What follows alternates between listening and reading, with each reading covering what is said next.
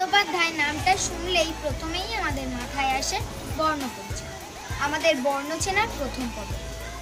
তিনি শুধু বিদ্যারই সাগর ছিলেন না, ছিলেন করুণা সাগর, দয়ার সাগর। মেদিনীপুর জেলার বীরসিংহ গ্রামে তিনি জন্মগ্রহণ করেন।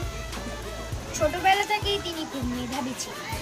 পিতার আর্থিক অবস্থা ভালো না থাকায় তাকে খুব কষ্ট করে লেখাপড়া শিখতে হয়েছিল। তিনি রাস্তার আলোতেই পড়াশোনা করতেন।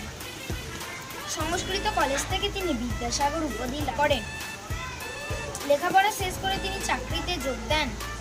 তিনি সংস্কৃত কলেজের অধ্যাপক হন।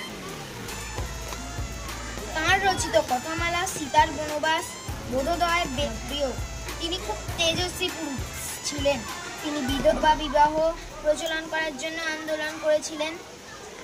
1891 সালের 29 জুলাই এই মহাপুরুষের মহাপ্রয়াণ ঘটলেও আজও তিনি চিরজীবী হয়ে আছেন। ওনার কাছে আজও আমরা কৃতজ্ঞ।